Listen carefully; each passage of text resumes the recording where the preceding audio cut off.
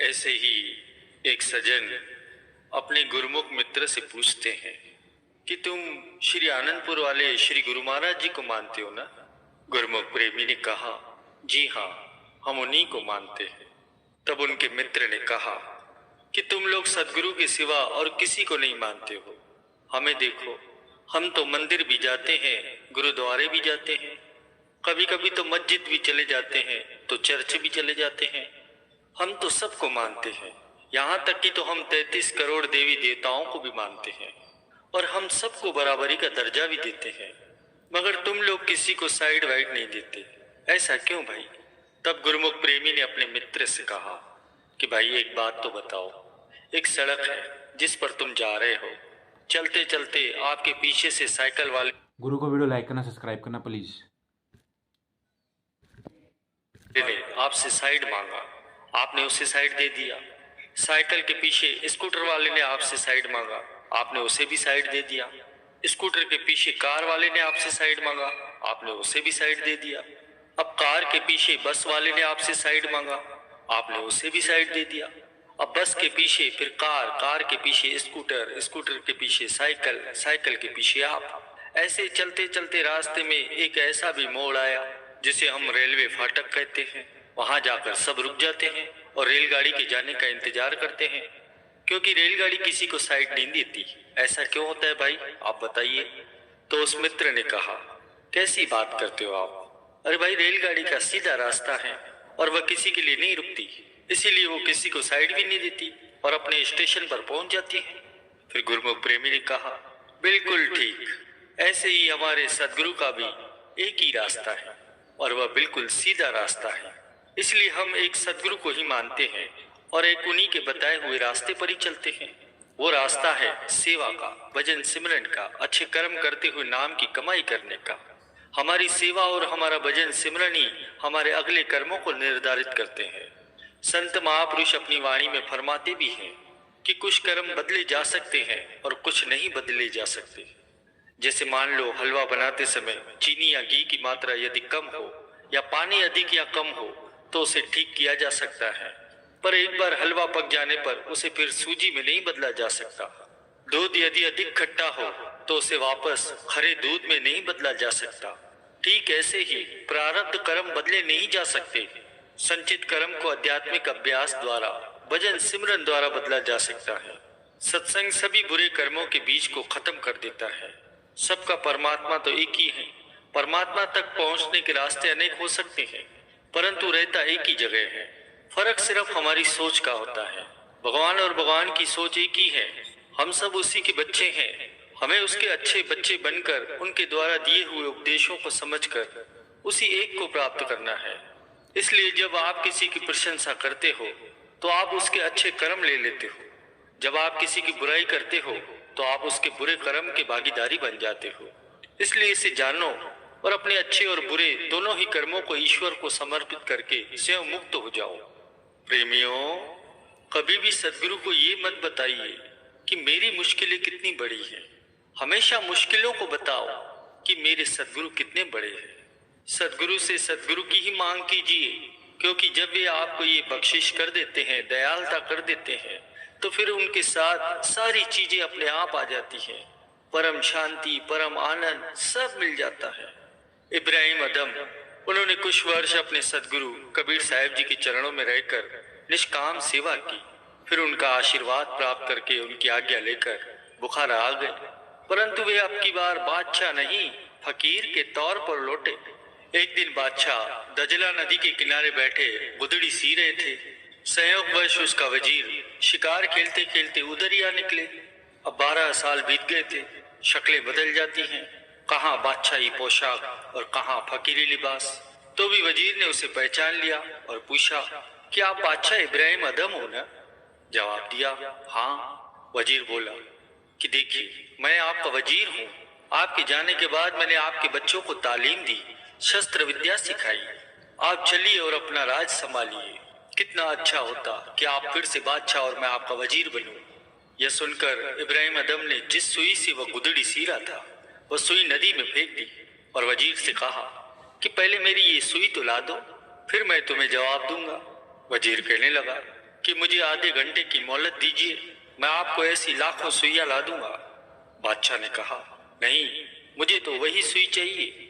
वजीर ने कहा, ये तो नामुमकिन है, इतना गहरा पानी बह रहा है, वो सुई नहीं मिल सकती। बादशाह कहने लगे कि तुम कुछ नहीं कर सकते, और वहीं बैठे बैठे आंखें मूंद कर कुछ आवाज लगाई। फिर क्या हुआ, एक मछली अपने मुंह में सुई लेकर ऊपर आ गई। इब्राहिम अदम ने कहा कि मुझे तुम्हारी उस बादशाही को लेकर क्या करना है, मैं तो अब उस बादशाह का नौकर हो गया हूँ जिसके अधीन सारे खंड ब्रह्मांड कुल कायनात है। अब मैं वो नहीं रहा जो पहले था, अब तो मुझे उन ब्रह्मांडों का अनुभव हो गया है जिसके बारे में सोचा भी नहीं जा सकता।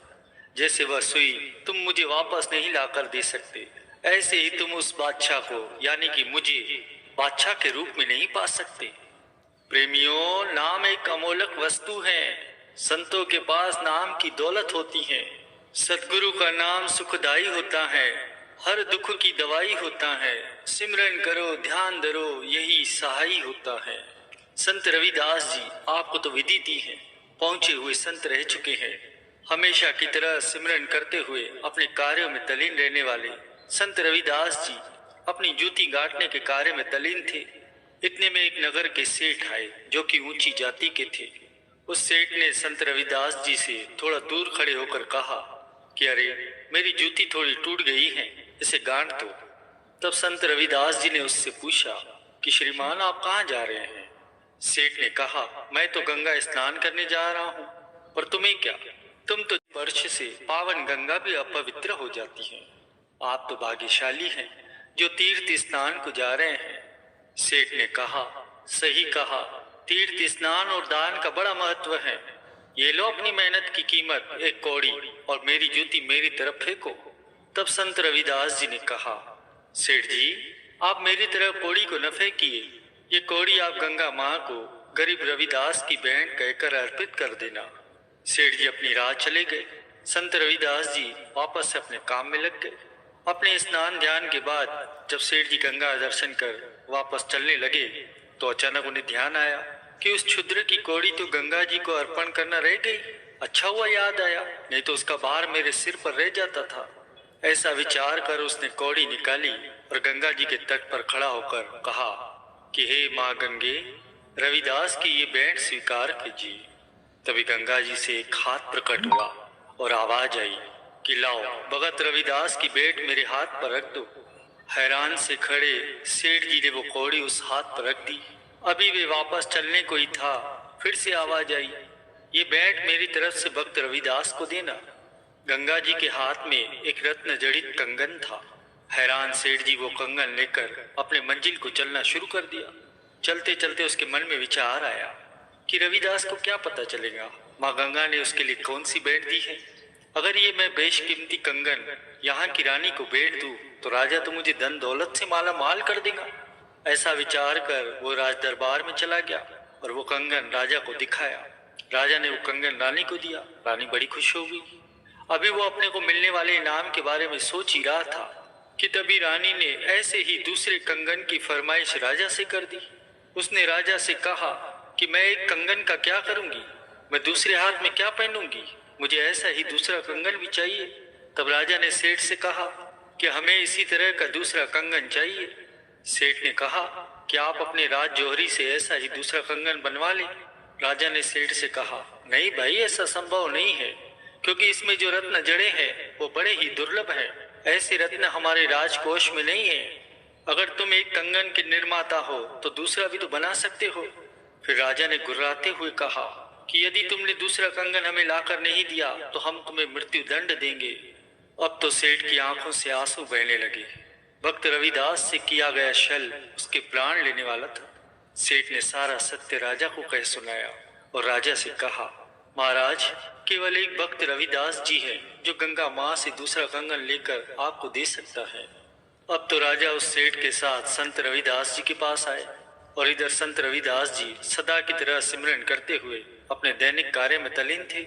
सेठ जी ने दौड़कर उनके चरण पकड़ लिए और उनसे अपने जीवन की रक्षा की प्रार्थना की। सेठ जी ने सारी बात संत रविदास जी को बताई।